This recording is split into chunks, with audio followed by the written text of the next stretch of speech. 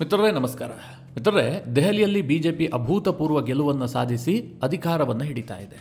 ಸದ್ಯ ಇರುವಂತಹ ಪ್ರಶ್ನೆ ಏನು ಗೊತ್ತಾ? ಯಾರು ಮುಂದಿನ ಮುಖ್ಯಮಂತ್ರಿ ಅಂತ. ಈ ಬಾರಿ ದೆಹಲಿಯಲ್ಲಿ ಬಿಜೆಪಿ ಯಾವುದೇ ಮುಖ್ಯಮಂತ್ರಿ ಅಭ್ಯರ್ಥಿಯನ್ನು ಘೋಷಣೆ ಮಾಡಿರಲಿಲ್ಲ. ಸಾಮೂಹಿಕ ನಾಯಕತ್ವದಲ್ಲೇ ಅವರು ಚುನಾವಣೆಯನ್ನು ಎದುರಿಸಿದ್ರು. ಒಂದು ಹಂತದಲ್ಲಿ ಅವರು ನರೇಂದ್ರ ಮೋದಿ ಅವರ ನೇತೃತ್ವದಲ್ಲೇ ಇಡೀ ಚುನಾವಣೆಯನ್ನು ಎದುರಿಸಿದ್ರು. ಆದರೆ ಈಗ ದೆಹಲಿಗೊಬ್ಬ ಪ್ರಭಾವಿ ಮುಖ್ಯಮಂತ್ರಿಯ ಅವಶ್ಯಕತೆ ಇದೆ. ದೆಹಲಿ ಮುಖ್ಯಮಂತ್ರಿ ಆಯ್ಕೆ ಬಿಜೆಪಿಯ ಪಾಲಿಗೆ ಕಬ್ಬಿಣದ ಕಡಲೆ. ಯಾಕೆ ಗೊತ್ತಾ? ಜನ ಬಹಳ ಭರವಸೆಯನ್ನ ಇಟ್ಟು ದೆಹಲಿಯಲ್ಲಿ ಬಿಜೆಪಿಗೆ ಅಧಿಕಾರ ಕೊಟ್ಟಿದ್ದಾರೆ. ಇನ್ನೊಂದು ಕಡೆಯಲ್ಲಿ ಬಿಜೆಪಿಗೆ ದೆಹಲಿಯಲ್ಲಿ ಬಹಳ ಉತ್ತಮವಾದ ನಾಯಕ, ತುಂಬಾ ನೇಮ್ ಫೇಮ್ ಇದೆ ಅನ್ನುವಂಥವ್ರು ಯಾರೂ ಕೂಡ ಇಲ್ಲ. ಅದಕ್ಕೆ ಕೆಲ ಕಾರಣಗಳು ಕೂಡ ಇದೆ. ದೆಹಲಿಯಲ್ಲಿ ಬಿಜೆಪಿ ಅಧಿಕಾರದ ರುಚಿಯನ್ನೇ ನೋಡದೆ 27 ವರ್ಷ ಆಗಿ ಹೋಗಿದೆ. ಹೀಗಾಗಿ ದೆಹಲಿಯಲ್ಲಿ ಒಬ್ಬ ಮಾಜಿ ಮಂತ್ರಿ ಇರಬಹುದು, ಮಾಜಿ ಮುಖ್ಯಮಂತ್ರಿ ಇರಬಹುದು, ಹೀಗೆ ಯಾರೂ ಇಲ್ಲ. ಹೇಗೆ ಒಡಿಶಾದಲ್ಲಿ ಈ ಬಾರಿ ಬಿಜೆಪಿ ಅಧಿಕಾರಕ್ಕೆ ಬಂದಂತಹ ಸಂದರ್ಭದಲ್ಲಿ ಅತ್ಯಂತ ಹೊಸ ಮುಖಕ್ಕೆ ಮಣೆ ಹಾಕುವಂತಹ ಪರಿಸ್ಥಿತಿ ಬಿಜೆಪಿಗೆ ನಿರ್ಮಾಣ ಆಯಿತು, ಅದೇ ಪರಿಸ್ಥಿತಿಯಲ್ಲಿ ದೆಹಲಿ ಬಿಜೆಪಿ ಘಟಕವೂ ಕೂಡ ಇದೆ. ಆದರೆ ದೆಹಲಿಗೆ ಕೈಗೊಂಬೆ ಮುಖ್ಯಮಂತ್ರಿ ಮಾಡಿದ್ರೆ ನಡೆಯೋದಿಲ್ಲ. ದೆಹಲಿಗೆ ತುಂಬಾ ಪಾಪ್ಯುಲರ್ ಮುಖ್ಯಮಂತ್ರಿ ಬೇಕು. ನೀವು ಹೇಗೆ ಉತ್ತರ ಪ್ರದೇಶದಲ್ಲಿ ಯೋಗಿ ಆದಿತ್ಯನಾಥ್ ಇದ್ದಾರೋ, ಇಡೀ ಉತ್ತರ ಪ್ರದೇಶದಲ್ಲಿ ಏನೂ ಸಮಸ್ಯೆ ಆಗದಂತೆ ಬಿಜೆಪಿಗೆ ಉತ್ತರ ಪ್ರದೇಶದ ಬಗ್ಗೆ ಯಾವುದೇ ತಲೆನೋವಿಲ್ಲ. ಸೆಂಟ್ರಲ್ ಗೌರ್ಮೆಂಟ್ ಅವರು ಉತ್ತರ ಪ್ರದೇಶದಲ್ಲಿ ಇದಾಗಬೇಕು, ಅದನ್ನು ನೋಡಬೇಕು, ಹಾಗೇನೂ ಇಲ್ಲ. ಇಡೀ ಉತ್ತರ ಪ್ರದೇಶದ ಜವಾಬ್ದಾರಿಯನ್ನು ಯೋಗಿ ತನ್ನ ಹೆಗಲ ಮೇಲೆ ಹೊತ್ತುಕೊಂಡಿದ್ದಾರೆ. ಉತ್ತರ ಪ್ರದೇಶದ ಕಾರಣದಿಂದಾಗಿ ಬಿಜೆಪಿಯ ವರ್ಚಸ್ಸು ಜಾಸ್ತಿ ಆಗ್ತಾ ಇದೆ, ಯೋಗಿ ಕಾರಣದಿಂದಾಗಿ. ಹಾಗೆ ಮಹಾರಾಷ್ಟ್ರದಲ್ಲಿ ದೇವೇಂದ್ರ ಫಡ್ನವೀಸ್ ಅತ್ಯಂತ ಪ್ರಭಾವಿ ಮುಖ್ಯಮಂತ್ರಿ. ಅದೇ ರೀತಿಯಾದಂತಹ ಮುಖ್ಯಮಂತ್ರಿ ದೆಹಲಿಗೂ ಕೂಡ ಬೇಕು. ಅಂತಹ ಒಬ್ಬ ನಾಯಕನ ಹುಡುಕಾಟದಲ್ಲಿ ಬಿಜೆಪಿ ಇದೆ. ಕೆಲ ಹೆಸರುಗಳು ಕೇಳಿಬರ್ತಾ ಇದೆ. ಮುಂದೆ ನಾನು ಆ ಬಗ್ಗೆ ನಿಮಗೆ ತಿಳಿಸ್ಕೊಡ್ತೀನಿ. ಯಾರ್ಯಾರು ಫ್ರಂಟ್ ರನ್ನರ್ ಆಗಿದ್ದಾರೆ, ಅವರನ್ನೇ ಆಯ್ಕೆ ಮಾಡುವಂತಹ ಸಾಧ್ಯತೆಗಳು ಎಷ್ಟಿದೆ, ಯಾಕೋಸ್ಕರವಾಗಿ ಅವರ ಹೆಸರು ಕೇಳಿ ಬರ್ತಾ ಇದೆ, ಇದೆಲ್ಲವುದನ್ನು ನಿಮಗೆ ತಿಳಿಸ್ಕೊಡ್ತೀನಿ.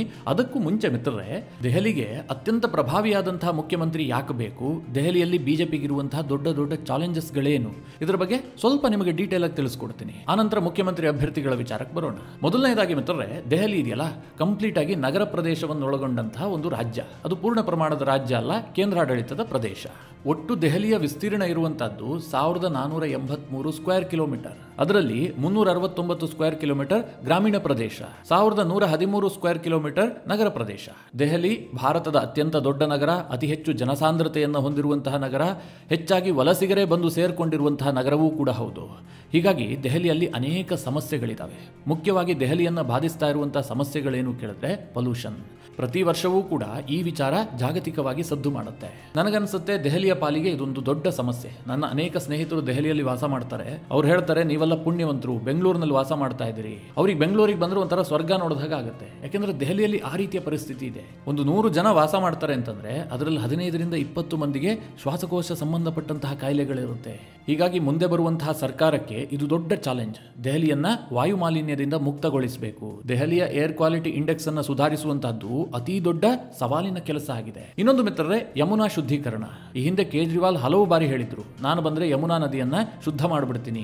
ಆದ್ರೆ ಕೇಜ್ರಿವಾಲ್ ದೆಹಲಿಯಲ್ಲಿ 3 ಬಾರಿ ಮುಖ್ಯಮಂತ್ರಿ ಆದರೂ ಯಮುನಾ ನದಿಯ ಪರಿಸ್ಥಿತಿ ಸ್ವಲ್ಪವೂ ಸುಧಾರಿಸಿಲ್ಲ, ಮತ್ತಷ್ಟು ಬಿಗಡಾಯಿಸಿದೆ. ಪ್ರಧಾನಿ ನರೇಂದ್ರ ಮೋದಿ ಅವರು ದೆಹಲಿಯಲ್ಲಿ ಗೆಲುವಿನ ಭಾಷಣ ಮಾಡುವಂತಹ ಸಂದರ್ಭದಲ್ಲೂ ಕೂಡ ಯಮುನಾ ಶುದ್ಧೀಕರಣದ ಬಗ್ಗೆ ಮಾತನಾಡಿದ್ದಾರೆ. ಅಂದ್ರೆ ಅದು ಬಿಜೆಪಿಗೆ ದೊಡ್ಡ ಸವಾಲಿನ ಕೆಲಸ. ಮುಂದೆ ಮುಖ್ಯಮಂತ್ರಿ ಆಗುವವರಿಗೂ ಕೂಡ ಈ ಜವಾಬ್ದಾರಿ ಇದೆ. ಅದು ಅಷ್ಟು ಸುಲಭದ ಕೆಲಸವೂ ಕೂಡ ಅಲ್ಲ. ಹಾಗೆ ದೆಹಲಿಯಲ್ಲಿ ಅತ್ಯಂತ ಹೆಚ್ಚಾಗಿ ಬಾಧಿಸ್ತಾ ಇರುವಂತಹ ಇನ್ನೊಂದು ದೊಡ್ಡ ಸಮಸ್ಯೆ ಅಂತಂದ್ರೆ ಅದು ಕಸದ ಸಮಸ್ಯೆ. ಬೆಂಗಳೂರನ್ನ ಹೇಗೆ ಈ ಹಿಂದೆ ಗಾರ್ಬೇಜ್ ಸಿಟಿ ಅಂತ ಕರೆಯಲಾಗ್ತಾ ಇತ್ತೋ, ಕಸವನ್ನ ಪ್ರಾಪರ್ ಆಗಿ ಸೆಗ್ರಿಗೇಷನ್ ಮಾಡೋಕ್ಕಾಗದೆ ಬೆಂಗಳೂರು ಹೇಗೆ ನರಳಾಡ್ತಾ ಇತ್ತೋ, ಇವತ್ತು ದೆಹಲಿಯ ಪರಿಸ್ಥಿತಿ ಹಾಗೆ ಆಗಿದೆ. ಬೆಂಗಳೂರಲ್ಲಿ ಒಂದು ದಿನಕ್ಕೆ ಏನು ಕಸ ಸಂಗ್ರಹಣೆ ಆಗುತ್ತೋ ಅದರ ಡಬಲ್ ದೆಹಲಿಯಲ್ಲಾಗುತ್ತೆ. ಹೀಗಾಗಿ ದೆಹಲಿಯಲ್ಲಿ ನೀವು ಹೋಗ್ತಾ ಇದ್ರೆ ಒಂದೊಂದು ಕಸದ ಬೆಟ್ಟಗಳೇ ಕಾಣ್ತವೆ, ದೊಡ್ಡ ದೊಡ್ಡ ಬೆಟ್ಟಗಳು. ಆ ರೀತಿಯಾಗಿ ರಾಶಿ ಹಿಡಿಯಲಾಗಿದೆ. ಅದನ್ನು ವೈಜ್ಞಾನಿಕವಾಗಿ ಸೆಗ್ರಿಗೇಷನ್ ಮಾಡುವಂತಹ ಕೆಲಸವನ್ನ ಮಾಡ್ತಾ ಇಲ್ಲ. ಇದು ಕೂಡ ಹೊಸ ಸರ್ಕಾರಕ್ಕೆ ದೊಡ್ಡ ಚಾಲೆಂಜ್. ಇದರ ಜೊತೆಗೆ ದೆಹಲಿಯ ಸೌಂದರ್ಯೀಕರಣದ ಬಗ್ಗೆಯೂ ಕೂಡ ಸ್ವಲ್ಪ ಯೋಚನೆ ಮಾಡಬೇಕಾಗಿದೆ. ಇವತ್ತು ಗ್ಲೋಬಲಿ ಭಾರತದ ಇಮೇಜ್ ಜಾಸ್ತಿ ಆಗ್ತಾ ಇದೆ. ವಿಕಸಿತ ಭಾರತದ ಕಲ್ಪನೆಯನ್ನ ಭಾರತ ಇಟ್ಕೊಂಡು ಹೊರಟಿದೆ. ಇಂತಹ ಸಂದರ್ಭದಲ್ಲಿ ನಮ್ಮ ದೇಶದ ರಾಜಧಾನಿಯಾಗಿರುವಂತಹ ದೆಹಲಿಯೂ ಕೂಡ ಬಹಳ ಸುಂದರವಾಗಿರಬೇಕು. ನೀವು ಚೈನಾದ ಯಾವುದಾದ್ರೂ ಒಂದು ನಗರಕ್ಕಾದ್ರೂ ಹೋಲಿಸುವಂತಿರಬೇಕು.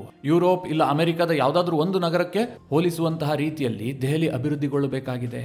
ಸದ್ಯ ದೆಹಲಿಯ ಪರಿಸ್ಥಿತಿ ಹೇಗಿದೆ ಅಂತಂದ್ರೆ, ಯುರೋಪ್ನ ನಗರಗಳಾದಂತಹ ಲಂಡನ್ನು, ಬರ್ಲಿನ್ನು, ಪ್ಯಾರಿಸು ಇದು ಯಾವುದಕ್ಕೂ ಹೋಲಿಸೋದು ಹಾಗಿರಲಿ. ಈ ಆಗ್ನೇಯ ಏಷ್ಯಾದ ದೇಶಗಳ ರಾಜಧಾನಿ ಇದೆಯಲ್ಲ, ಅದು ಕೌಲಾಲಂಪುರ ಇರಬಹುದು, ಜಕಾರ್ತಾ ಇರಬಹುದು, ಹನೋಯಿ ಇರಬಹುದು, ಬ್ಯಾಂಕಾಕ್ ಇರಬಹುದು. ಈ ಎಲ್ಲ ನಗರಗಳಿಗೆ ದೆಹಲಿಯನ್ನು ಹೋಲಿಸೋದಕ್ಕೆ ಸಾಧ್ಯ ಇಲ್ಲ. ದೆಹಲಿಗಿಂತಲೂ ಕೂಡ ಆ ನಗರಗಳು ಹೆಚ್ಚು ಅಭಿವೃದ್ಧಿ ಆಗ್ತಾ ಇದ್ದಾವೆ. ಅಲ್ಲಿನ ಇನ್ಫ್ರಾಸ್ಟ್ರಕ್ಚರ್ ಇನ್ನೂ ಬೆಟರ್ ಆಗಿ ಕಾಣಿಸ್ತಾ ಇದೆ. ಇಂತಹ ಪರಿಸ್ಥಿತಿ ನಿರ್ಮಾಣ ಆಗಿದೆ. ಹೀಗಾಗಿ ದೆಹಲಿಯ ಬ್ಯೂಟಿಫಿಕೇಶನ್ ಇದೆಯಲ್ಲ, ಇದು ತೀರಾ ಇಂಪಾರ್ಟೆಂಟ್ ಆದಂತಹ ವಿಷಯ. ಇದರ ಬಗ್ಗೆಯೂ ಕೂಡ ಹೊಸ ಸರ್ಕಾರ ಬಹಳಷ್ಟು ಗಮನ ಹರಿಸಬೇಕಾದಂತಹ ಅನಿವಾರ್ಯತೆ ಸೃಷ್ಟಿಯಾಗಿದೆ. ಇನ್ನು ಈ ಬಾರಿ ದೆಹಲಿಯ ಬಿಜೆಪಿ ಸರ್ಕಾರಕ್ಕೆ ಅತಿ ದೊಡ್ಡ ಚಾಲೆಂಜ್ ಏನು ಕೇಳಿದ್ರೆ, ದೆಹಲಿಯಲ್ಲಿ ಸಾಕಷ್ಟು ಫ್ರೀ ಸ್ಕೀಮ್ಗಳನ್ನು ಕೊಡಲಾಗ್ತಾ ಇದೆ. ಬಿಜೆಪಿ ಏನು ಘೋಷಣೆ ಮಾಡಿತ್ತು, ನಾವಿದೆಲ್ಲವುದನ್ನು ಮುಂದುವರಿಸ್ತೀವಿ.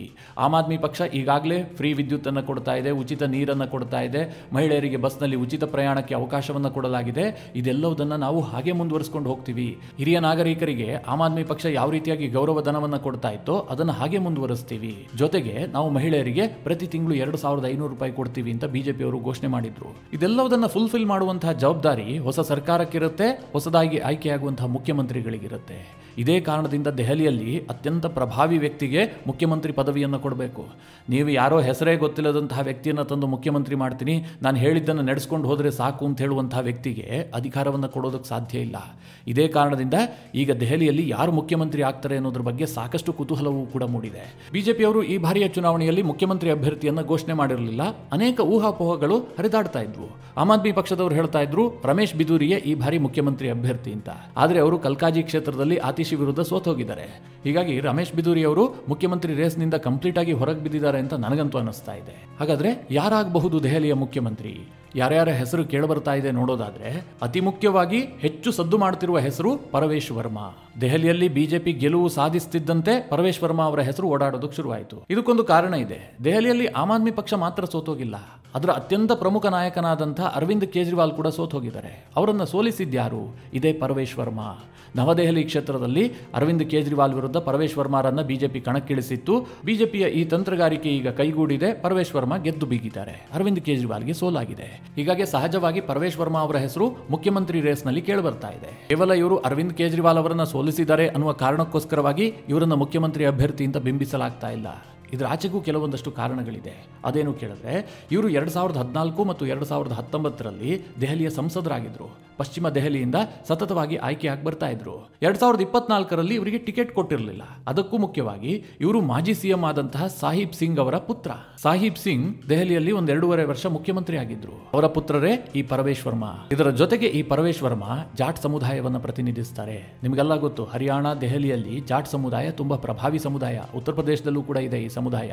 ಹೀಗಾಗಿ ಜಾಟ್ ಸಮುದಾಯಕ್ಕೆ ಮುಖ್ಯಮಂತ್ರಿ ಗಾದಿಯನ್ನ ಕೊಟ್ಟಿದ್ದೇ ಆದ್ರೆ ಅದು ರಾಜಕೀಯವಾಗಿ ನಮಗೆ ಲಾಭ ಆಗುತ್ತೆ ಅನ್ನುವಂಥದ್ದು ಕೂಡ ಬಿಜೆಪಿಯ ಒಂದು ಲೆಕ್ಕಾಚಾರ. ಇನ್ನೊಂದನ್ನು ಸೂಕ್ಷ್ಮವಾಗಿ ಗಮನಿಸೋದಾದ್ರೆ 1998ರಿಂದ 2013ರವರೆಗೆ 3 ಬಾರಿ ನವದೆಹಲಿ ಕ್ಷೇತ್ರದಿಂದ ಶೀಲಾ ದೀಕ್ಷಿತ್ ಆಯ್ಕೆಯಾಗಿ ಬಂದಿದ್ರು. 3 ಬಾರಿ ಅವರು ಮುಖ್ಯಮಂತ್ರಿ ಆಗಿದ್ರು. ಅನಂತರ 2013ರಲ್ಲಿ ಶೀಲಾ ದೀಕ್ಷಿತ್ರನ್ನ ಕೇಜ್ರಿವಾಲ್ ಸೋಲಿಸ್ತಾರೆ. ಅದೇ ನವದೆಹಲಿ ಕ್ಷೇತ್ರದ MLA ಆಗ್ತಾರೆ, ಮುಖ್ಯಮಂತ್ರಿ ಕೂಡ ಆಗ್ತಾರೆ. ಕೇಜ್ರಿವಾಲ್ ಕೂಡ 3 ಬಾರಿ ಮುಖ್ಯಮಂತ್ರಿ ಆಗಿದ್ರು. ಈಗ ಮಿತ್ರರೇ, ಅದೇ ನವದೆಹಲಿ ಕ್ಷೇತ್ರದಿಂದ ಪರವೇಶ್ ವರ್ಮಾ ಆಯ್ಕೆಯಾಗಿ ಬಂದಿದ್ದಾರೆ ಕೇಜ್ರಿವಾಲ್ ಅವರನ್ನ ಸೋಲಿಸಿ. ಹೀಗಾಗಿ ಕೇಜ್ರಿವಾಲ್ ಅವರ ವಿರುದ್ಧ ಗೆಲುವು ಸಾಧಿಸಿರುವಂತಹ ಪರವೇಶ್ ವರ್ಮಾ ಮುಖ್ಯಮಂತ್ರಿ ಆಗಬಹುದು ಅನ್ನುವಂತಹ ಲೆಕ್ಕಾಚಾರ ದೆಹಲಿ ವಲಯದಲ್ಲಿ ನಡೀತಾ ಇದೆ. ಮಾಧ್ಯಮಗಳು ಕೂಡ ಅದೇ ರೀತಿಯಾಗಿ ಬಿಂಬಿಸ್ತಾ ಇದ್ದಾವೆ. ಇನ್ನು ಪರವೇಶ್ ವರ್ಮಾಗೆ ರಾಜಕೀಯ ಅನುಭವವೂ ಕೂಡ ಇದೆ. ಇವರು ಮೊದಲ ಬಾರಿಗೆ 2013ರಲ್ಲಿ MLA ಆಗ್ತಾರೆ. ಅನಂತರ 2014ರಲ್ಲಿ ಲೋಕಸಭೆಗೆ ಸ್ಪರ್ಧಿಸಿ ಗೆಲ್ತಾರೆ. 2019ರಲ್ಲೂ ಗೆಲ್ತಾರೆ. ಈಗ ಮತ್ತೆ MLA ಆಗಿದ್ದಾರೆ. ಜೊತೆಗೆ ಇವರು ಪ್ರಬಲ ಹಿಂದುತ್ವವಾದಿಯೂ ಕೂಡ ಹೌದು. ಶಾಹೀನ್ ಬಾಗ್ ದಂಗೆಕೋರರನ್ನ ಅತ್ಯಾಚಾರಿಗಳು, ಕೊಲೆಗಡುಕರು ಅಂತ ಕರೆದಿದ್ರು. ಕೇಜ್ರಿವಾಲ್ರನ್ನ ಭಯೋತ್ಪಾದಕ ಅಂತ ನಿಂದಿಸಿದ್ರು. 2022ರಲ್ಲಿ ಮುಸ್ಲಿಮರನ್ನ ಬಹಿಷ್ಕಾರ ಮಾಡಬೇಕು, ಹಿಂದೂಗಳು ಮುಸ್ಲಿಮರಿಂದ ಅಂತರ ಕಾಯ್ದುಕೊಳ್ಳಬೇಕು ಅಂತ ಕರೆ ಕೊಟ್ಟಿದ್ರು. ಇದು ದೊಡ್ಡ ಮಟ್ಟದಲ್ಲಿ ವಿವಾದವೂ ಕೂಡ ಆಗಿತ್ತು. ಇದರ ಜೊತೆಗೆ ಇವರ ಎಜುಕೇಶನ್ ಕ್ವಾಲಿಫಿಕೇಶನ್ ಅನ್ನು ನೋಡೋದಾದ್ರೂ ಕೂಡ ಇವರು MBA ಹೋಲ್ಡರ್ ಆಗಿದ್ದಾರೆ. ಸಾಕಷ್ಟು ವಿದ್ಯಾವಂತ, ರಾಜಕೀಯ ಅನುಭವವೂ ಕೂಡ ಇದೆ. ರಾಜಕೀಯ ಹೋರಾಟದ ಹಿನ್ನೆಲೆಯನ್ನು ನೋಡೋದಾದ್ರೆ ದೆಹಲಿಯಲ್ಲಿ ಶೀಶ್ ಮಹಲ್ ವಿಚಾರ ದೊಡ್ಡ ಮಟ್ಟದಲ್ಲಿ ಚರ್ಚೆ ಆಯ್ತಲ್ಲ, ಅದನ್ನ ಹೆಚ್ಚು ಪ್ರಸ್ತಾಪಿಸಿದ್ದೇ ಈ ಪರವೇಶ್ ವರ್ಮಾ. ಕೇಜ್ರಿವಾಲ್ ವಿರುದ್ಧ ದೊಡ್ಡ ಮಟ್ಟದಲ್ಲಿ ಅಟ್ಯಾಕ್ ಮಾಡ್ತಾ ಇದ್ರು. ಹೀಗಾಗಿ ಅವರಿಗೆ ನವದೆಹಲಿ ಕ್ಷೇತ್ರದಿಂದ ಟಿಕೆಟ್ ಕೊಟ್ಟಿದ್ದು. ನನಗನ್ನಿಸುತ್ತೆ ದೆಹಲಿಯಲ್ಲಿ ಮುಖ್ಯಮಂತ್ರಿಯ ಆಯ್ಕೆಯ ಸಂದರ್ಭದಲ್ಲಿ ನರೇಂದ್ರ ಮೋದಿ ಮತ್ತು ಅಮಿತ್ ಶಾ ಅವರ ಟೇಬಲ್ ಮೇಲೆ ಪರವೇಶ್ ವರ್ಮಾ ಅವರ ಹೆಸರು ಅಗತ್ಯವಾಗಿ ಬರುತ್ತೆ. ಅವರ ಬಗ್ಗೆ ಸಾಕಷ್ಟು ಚರ್ಚೆ ಮಾಡ್ತಾರೆ. ಅಂತಿಮವಾಗಿ ಇವರ ಹೆಸರೇ ಆಯ್ಕೆ ಆದ್ರೂ ಕೂಡ ಆಶ್ಚರ್ಯ ಇಲ್ಲ. ದೆಹಲಿಯಲ್ಲಿ ಮುಖ್ಯಮಂತ್ರಿ ಗಾದಿಗೆ ಕೇಳಿ ಬರ್ತಿರುವಂತಹ ಎರಡನೇ ಹೆಸರು ಅಂತಂದ್ರೆ ಅರವಿಂದರ್ ಸಿಂಗ್ ಲವ್ಲಿ. ಇವರು ಮೂಲತಃ ಕಾಂಗ್ರೆಸ್ನವರು. 2017ಕ್ಕೂ ಮುಂಚೆ ಇವರು ಕಾಂಗ್ರೆಸ್ ಘಟಕದ ಅಧ್ಯಕ್ಷರಾಗಿದ್ರು. ಅನಂತರ ಇವರು 2017ರಲ್ಲಿ ಬಿಜೆಪಿಯನ್ನು ಸೇರ್ತಾರೆ. ಆದ್ರೆ 2018ರಲ್ಲಿ ಮತ್ತೆ ಕಾಂಗ್ರೆಸ್ಗೆ ವಾಪಸ್ ಹೋಗಿದ್ರು. ನಂತರ 2024ರ ಲೋಕಸಭಾ ಚುನಾವಣೆಗೂ ಮುಂಚೆ ಮತ್ತೆ ಬಿಜೆಪಿಯನ್ನ ಸೇರ್ಕೊಂಡಿದ್ದಾರೆ. ಈ ಬಾರಿ ಗಾಂಧಿನಗರ ವಿಧಾನಸಭಾ ಕ್ಷೇತ್ರದಿಂದ ಸ್ಪರ್ಧಿಸಿ ಗೆದ್ದಿದ್ದಾರೆ.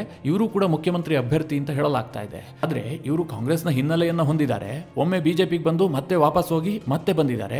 ಈ ಕಾರಣದಿಂದಾಗಿ ಇವರನ್ನ ಹೈಕಮಾಂಡ್ ಪರಿಗಣಿಸುವಂತಹ ಸಾಧ್ಯತೆಗಳು ಕಡಿಮೆ ಇದೆ ಅಂತ ಹೇಳಲಾಗ್ತಾ ಇದೆ. ಆದರೆ ಇಲ್ಲಿ ಟ್ವಿಸ್ಟ್ ಇರೋದೇನು ಕೇಳಿದ್ರೆ ಇವರು ಸಿಖ್ ಸಮುದಾಯಕ್ಕೆ ಸೇರಿದಂಥವ್ರು. ಬಿಜೆಪಿ ನೆಕ್ಸ್ಟ್ ಪಂಜಾಬನ್ನು ಟಾರ್ಗೆಟ್ ಮಾಡ್ತಾ ಇದೆ. ಪಂಜಾಬ್ನಲ್ಲೂ ಕೂಡ ಸಾಧನೆಯನ್ನು ಮಾಡಬೇಕು ಅಂತ. ದೆಹಲಿಯ ಮುಖ್ಯಮಂತ್ರಿ ಗದ್ದುಗೆ ಸಿಖ್ ಸಮುದಾಯಕ್ಕೆ ಕೊಟ್ಟಿದ್ದೇ ಆದರೆ ನಮಗೆ ಪಂಜಾಬ್ನಲ್ಲಿ ಲಾಭ ಆಗಬಹುದು ಅನ್ನುವಂಥ ಲೆಕ್ಕಾಚಾರ ಬಿಜೆಪಿ ವಲಯದಲ್ಲಿದೆ. ಹೀಗಾಗಿ ಬಿಜೆಪಿ ತನ್ನ ಮುಂದಿನ ರಾಜಕೀಯ ಲಾಭದ ಲೆಕ್ಕಾಚಾರದಲ್ಲಿ ಅರವಿಂದರ್ ಸಿಂಗ್ ಲವ್ಲಿಯನ್ನು ಮುಖ್ಯಮಂತ್ರಿಯಾಗಿ ಆಯ್ಕೆ ಮಾಡಿದ್ರೂ ಕೂಡ ಆಶ್ಚರ್ಯ ಏನಿಲ್ಲ. ಇನ್ನು ದೆಹಲಿ ಬಿಜೆಪಿ ವಲಯದಲ್ಲಿ ಕೇಳಿಬರುತ್ತಿರುವ ಮತ್ತೊಂದು ಹೆಸರು ಅಂತಂದ್ರೆ ಅದು ಬಾನ್ಸುರಿ ಸ್ವರಾಜ್. ಬಾನ್ಸುರಿ ಸ್ವರಾಜ್ ನವದೆಹಲಿಯ ಸಂಸದೆ, ಮಾಜಿ ಮುಖ್ಯಮಂತ್ರಿಯಾಗಿದ್ದಂತಹ ಸುಷ್ಮಾ ಸ್ವರಾಜ್ ಅವರ ಮಗಳೂ ಕೂಡ ಹೌದು. 1998ರಲ್ಲಿ ಸುಷ್ಮಾ ಸ್ವರಾಜ್ ದೆಹಲಿಯಲ್ಲಿ 52 ದಿನಗಳ ಕಾಲ ಮುಖ್ಯಮಂತ್ರಿಯಾಗಿದ್ದರು. ಆ ಸುಷ್ಮಾ ಸ್ವರಾಜ್ ಅವರ ಮಗಳಾಗಿರುವಂತಹ ಈ ಬಾನ್ಸುರಿ ಸ್ವರಾಜ್ ವೃತ್ತಿಯಲ್ಲಿ ವಕೀಲೆಯೂ ಕೂಡ ಹೌದು, ತುಂಬಾ ಬುದ್ಧಿವಂತೆ, ಜೊತೆಗೆ ಅದ್ಭುತವಾದಂತಹ ವಾಗ್ಮಿಯೂ ಕೂಡ ಹೌದು. ಹೀಗಾಗಿ ಬಾನ್ಸುರಿ ಸ್ವರಾಜ್ ಅವರನ್ನ ಮುಖ್ಯಮಂತ್ರಿಯಾಗಿ ಆಯ್ಕೆ ಮಾಡಿದ್ರೂ ಕೂಡ ಆಶ್ಚರ್ಯ ಇಲ್ಲ ಅಂತ ಕೆಲವರು ಹೇಳ್ತಾ ಇದ್ದಾರೆ. ಆದರೆ ನನಗನ್ನಿಸ್ತಾ ಇದೆ ಈ ಸಾಧ್ಯತೆಗಳು ಬಹಳ ಕಡಿಮೆ ಇದೆ ಅಂತ. ಅದಕ್ಕೆ ಬೇರೆ ಬೇರೆ ಕಾರಣಗಳಿದೆ. ಅದೇನು ಕೇಳಿದ್ರೆ ಈಗಾಗಲೇ ಇವರು ನವದೆಹಲಿಯ ಸಂಸದೆ. ಇವರು ಮುಖ್ಯಮಂತ್ರಿ ಆಗಬೇಕು ಅಂತಂದ್ರೆ ನವದೆಹಲಿ ಕ್ಷೇತ್ರಕ್ಕೆ ರಾಜೀನಾಮೆಯನ್ನು ಕೊಡಬೇಕು, ಜೊತೆಗೆ MLA ಆಗಿ ಆರಿಸಿ ಬರಬೇಕು. ದೆಹಲಿಯಲ್ಲಿ ವಿಧಾನ ಪರಿಷತ್ ಇಲ್ಲ, ಹೀಗಾಗಿ ನೀವು ಹಿಂಬಾಗಿಲ ಮೂಲಕವಾಗಿ ಅಧಿಕಾರವನ್ನು ಹಿಡಿಯೋದಕ್ಕೆ ಸಾಧ್ಯ ಇಲ್ಲ. MLA ಆಗಿ ಆಯ್ಕೆ ಆಗಬೇಕು. ಹಾಗಾಗಬೇಕು ಅಂತಂದ್ರೆ ಈಗಾಗಲೇ ಗೆದ್ದಿರುವಂತಹ ಯಾವುದಾದ್ರೂ ಒಬ್ಬ MLA ರಾಜೀನಾಮೆ ಕೊಡಬೇಕು. ಆ ಕ್ಷೇತ್ರದಲ್ಲಿ ಇವರು ಪುನಃ ಆಯ್ಕೆಯಾಗಿ ಬರಬೇಕು. 2 ಬೈ ಎಲೆಕ್ಷನ್ಗಳಾಗ್ತವೆ. ಮಿತ್ರರೇ, ಕೇಜ್ರಿವಾಲ್ ಕೂಡ ಸೋತಿದ್ದಾರೆ. ಆ ಬೈ ಎಲೆಕ್ಷನ್ನಲ್ಲಿ ಬಾನ್ಸುರಿ ಸ್ವರಾಜ್ ವಿರುದ್ಧ ಕೇಜ್ರಿವಾಲ್ ಸ್ಪರ್ಧೆ ಮಾಡಿದ್ರು ಅಂತ ಅಂದುಕೊಳ್ಳಿ, ಅನಗತ್ಯವಾಗಿ ಒಂದು ಟೆನ್ಷನ್ ಉದ್ಭವ ಆಗುತ್ತೆ. ಅಲ್ಲೇನಾದ್ರೂ ಅಕಸ್ಮಾತ್ ಬಿಜೆಪಿಗೆ ಹಿನ್ನಡೆ ಆಗಿದ್ದೆ ಆದ್ರೆ ಈಗ ಗೆಲುವಿನ ಸಂಭ್ರಮ ಏನಿದೆ ಇದು ಮುಜುಗರಕ್ಕೆ ಕಾರಣ ಆಗಿಬಿಡುತ್ತೆ. ಅಂತಹ ರಿಸ್ಕ್ ಅನ್ನ ಬಿಜೆಪಿ ತೆಗೆದುಕೊಳ್ಳುವಂತಹ ಸಾಧ್ಯತೆಗಳು ತೀರಾ ಕಡಿಮೆ ಇದೆ. ಇದೇ ಕಾರಣದಿಂದಾಗಿ ಬಾನ್ಸುರಿ ಸ್ವರಾಜ್ ಮಾತ್ರ ಅಲ್ಲ, ಮನೋಜ್ ತಿವಾರಿ ಹೆಸರು ಕೂಡ ಇತ್ತು. ಅವರು ಕೂಡ ದೆಹಲಿಯಲ್ಲಿ 3 ಬಾರಿ ಸಂಸದ, ತುಂಬಾ ಪ್ರಭಾವಿ ನಾಯಕ. ಅವರು ಮುಖ್ಯಮಂತ್ರಿ ಅಭ್ಯರ್ಥಿ ಅಂತ ಕೆಲವರು ಹೇಳ್ತಾ ಇದ್ರು. 2020ರಲ್ಲಿ ಬಿಜೆಪಿ ಏನಾದರೂ ಗೆದ್ದಿದ್ದೇ ಆಗಿದ್ರೆ ಮನೋಜ್ ತಿವಾರಿ ಅವರೇ ಮುಖ್ಯಮಂತ್ರಿ ಆಗ್ತಾರೆ ಅಂತ ಕೂಡ ಭಾವಿಸಲಾಗ್ತಾ ಇತ್ತು. ಅವರು ಕೂಡ MP ಆಗಿರುವ ಕಾರಣದಿಂದಾಗಿ ರಾಜೀನಾಮೆಯನ್ನು ಕೊಟ್ಟು ಪುನಃ ಆಯ್ಕೆ ಆಗಬೇಕಾದಂತಹ ಸನ್ನಿವೇಶ ಇರೋದ್ರಿಂದ ಮನೋಜ್ ತಿವಾರಿ, ಬಾನ್ಸುರಿ ಸ್ವರಾಜ್ ಈ ಎಲ್ಲ ಹೆಸರುಗಳನ್ನು ಹೈಕಮಾಂಡ್ ಕನ್ಸಿಡರ್ ಮಾಡುವಂತಹ ಸಾಧ್ಯತೆಗಳು ತೀರಾ ಕಡಿಮೆ ಇದೆ. ಇದರ ಜೊತೆಗೆ ಇನ್ನೊಂದಷ್ಟು ಹೆಸರುಗಳಿದಾವೆ. ಅದು ದುಷ್ಯಂತ್ ಗೌತಮ್. ಇವರು ಈ ಹಿಂದೆ ರಾಜ್ಯಸಭಾದ MP ಆಗಿದ್ರು. ಸದ್ಯ ಕರೋಲ್ ಬಾಗ್ನಲ್ಲಿ MLA ಆಗಿ ಆಯ್ಕೆ ಆಗಿದ್ದಾರೆ. ಇವರೊಬ್ಬ ದಲಿತ ನಾಯಕ. ಈ ಕಾರಣದಿಂದಾಗಿ ಇವರು ಕೂಡ ಮುಖ್ಯಮಂತ್ರಿ ರೇಸ್ನಲ್ಲಿದ್ದಾರೆ ಅಂತ ಕೆಲವರು ಬಿಂಬಿಸ್ತಾ ಇದ್ದಾರೆ. ಇನ್ನು ಹರೀಶ್ ಖುರಾನ, ಇವರು ದೆಹಲಿಯ ಪ್ರಥಮ ಬಿಜೆಪಿಯ ಮುಖ್ಯಮಂತ್ರಿ ಆಗಿದ್ದಂತಹ ಮದನ್ ಲಾಲ್ ಖುರಾನ ಅವರ ಪುತ್ರ. ಇವರು ಈಗ ಮೋತಿಲಾಲ್ ನಗರದಿಂದ MLA ಆಗಿದ್ದಾರೆ. ಇವರು ಕೂಡ ಮುಖ್ಯಮಂತ್ರಿ ಆಗಬಹುದು ಅಂತ ಕೆಲವರು ಹೇಳ್ತಾ ಇದ್ದಾರೆ. ಆದರೆ ಸಾಧ್ಯತೆಗಳು ಸ್ವಲ್ಪ ಕಡಿಮೆ ಇದೆ. ಇನ್ನೊಂದು ಹೆಸರು ಮಾಧ್ಯಮದಲ್ಲಿ ಹೆಚ್ಚು ಸದ್ದು ಮಾಡ್ತಾ ಇರುವಂತದ್ದು ಕೈಲಾಶ್ ಗೆಹ್ಲೋಟ್. ಇವರು ಈ ಹಿಂದೆ ಕೇಜ್ರಿವಾಲ್ಗೆ ಪರಮಾಪ್ತ ನಾಯಕನಾಗಿದ್ರು. 2024ರ ನವೆಂಬರ್ನಲ್ಲಿ ಆಮ್ ಆದ್ಮಿಯನ್ನು ತೊರೆದು ಬಿಜೆಪಿಯನ್ನು ಸೇರಿದ್ರು. ಇವರು ಕೇಜ್ರಿವಾಲ್ ಸಂಪುಟದಲ್ಲಿ ಮಂತ್ರಿ ಕೂಡ ಆಗಿದ್ರು. ಟ್ರಾನ್ಸ್ಪೋರ್ಟ್ ಅಂಡ್ ಎನ್ವಿರಾನ್ಮೆಂಟಲ್ ಮಿನಿಸ್ಟರ್ ಆಗಿದ್ರು. ಈ ಚುನಾವಣೆಯಲ್ಲಿ ಬಿಜ್ವಾಸ್ ನಗರದಿಂದ ಸ್ಪರ್ಧೆ ಮಾಡಿದ್ರು. MLA ಆಗಿ ಆಯ್ಕೆಯಾಗಿದ್ದಾರೆ. ಇವರು ಕೂಡ ಮುಖ್ಯಮಂತ್ರಿ ರೇಸ್ನಲ್ಲಿ ಇದ್ದಾರೆ ಅಂತ ಕೆಲವರು ಬಿಂಬಿಸ್ತಾ ಇದ್ದಾರೆ. ಆದರೆ ಆ ಸಾಧ್ಯತೆಗಳು ಕೂಡ ಕಡಿಮೆ ಇದೆ. ಯಾಕೆ ಅಂತಂದ್ರೆ ಇವರು ಆಮ್ ಆದ್ಮಿ ಪಕ್ಷದಿಂದ ಕೆಲವೇ ತಿಂಗಳ ಹಿಂದೆ ಬಿಜೆಪಿಗೆ ಬಂದಂತವರು. ಹಾಗೆ ಎರವಲು ತಂದು ಮುಖ್ಯಮಂತ್ರಿ ಮಾಡಿದ್ದೇ ಆದರೆ ಬಿಜೆಪಿಯಲ್ಲಿ ಆಂತರಿಕವಾಗಿ ಒಂದಷ್ಟು ಭಿನ್ನಮತ ಉಂಟಾಗುತ್ತೆ. ಈ ಕಾರಣದಿಂದಾಗಿ ಹೈಕಮಾಂಡ್ ಇವರಿಗೆ ಮಣೆ ಹಾಕುವಂಥ ಸಾಧ್ಯತೆಗಳು ಕಡಿಮೆ ಇರುತ್ತೆ. ಜೊತೆಗೆ ಇದು ಅರವಿಂದ್ ಕೇಜ್ರಿವಾಲ್ ಅವರ ಟೀಕೆಗೂ ಕೂಡ ಗುರಿಯಾಗಬಹುದು. ನಿಮಗೊಬ್ಬ ಮುಖ್ಯಮಂತ್ರಿ ಅಭ್ಯರ್ಥಿಯೇ ಇರಲಿಲ್ಲ, ಆಮ್ ಆದ್ಮಿ ಪಕ್ಷದಿಂದ ಎರವಲು ಪಡೆದು ಮುಖ್ಯಮಂತ್ರಿ ಮಾಡುವಂತಹ ಸನ್ನಿವೇಶ ಬಂತು ಅಂತ ಟೀಕೆಗಳು ಕೇಳಿಬರುತ್ತವೆ. ಹೀಗಾಗಿ ಮೋದಿ ಮತ್ತು ಅಮಿತ್ ಶಾ ಕೈಲಾಶ್ ಗೆಹ್ಲೋಟ್ಗೆ ಮಣೆ ಹಾಕುವಂಥ ಸಾಧ್ಯತೆಗಳು ಕಡಿಮೆ ಇದೆ. ಇವರು ಮಂತ್ರಿಮಂಡಲದಲ್ಲಿ ಸ್ಥಾನ ಪಡಿತಾರೆ, ಇದು 100% ಸತ್ಯ. ಒಟ್ಟಿನಲ್ಲಿ ದೆಹಲಿ ಬಿಜೆಪಿ ವಲಯದಲ್ಲಿ ಈ ಎಲ್ಲ ಹೆಸರುಗಳು ಕೇಳಿಬರುತ್ತಾ ಇದೆ.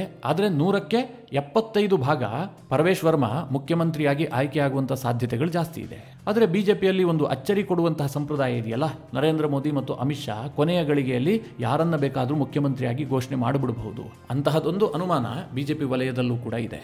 ಮಿತ್ರರೇ, ಈ ಬಗ್ಗೆ ನೀವೇನು ಹೇಳ್ತೀರಿ? ದೆಹಲಿಗೆ ಯಾರು ಮುಖ್ಯಮಂತ್ರಿಯಾಗಿ ಆಯ್ಕೆ ಆದರೆ ಸೂಕ್ತ ಅಂತ ನಿಮಗೆ ಅನಿಸುತ್ತೆ? ನಿಮ್ಮ ಅನಿಸಿಕೆ ಅಭಿಪ್ರಾಯವನ್ನು ಕಮೆಂಟ್ ಮಾಡುವ ಮೂಲಕ ನಮಗೆ ತಿಳಿಸಿ. ಹಾಗೆ ನಿಮಗೆ ಈ ವಿಡಿಯೋ ಇಷ್ಟವಾದರೆ ಲೈಕ್ ಮಾಡಿ. ಜೊತೆಗೆ ನೀವಿನ್ನೂ ನಿಮ್ಮ ನೆಚ್ಚಿನ ಸಂಸ್ಕಾರ ಸೌರಭ ಯೂಟ್ಯೂಬ್ ಚಾನಲ್ನ ಸಬ್ಸ್ಕ್ರೈಬ್ ಮಾಡಿಲ್ಲ ಅಂತಾದರೆ ಈ ಕೂಡಲೇ ಸಬ್ಸ್ಕ್ರೈಬ್ ಮಾಡಿ. ಮುಂದಿನ ಎಲ್ಲ ಅಪ್ಡೇಟ್ಗಳ ನೋಟಿಫಿಕೇಷನ್ಗಾಗಿ ಬೆಲ್ ಐಕಾನ್ ಒತ್ತಿ.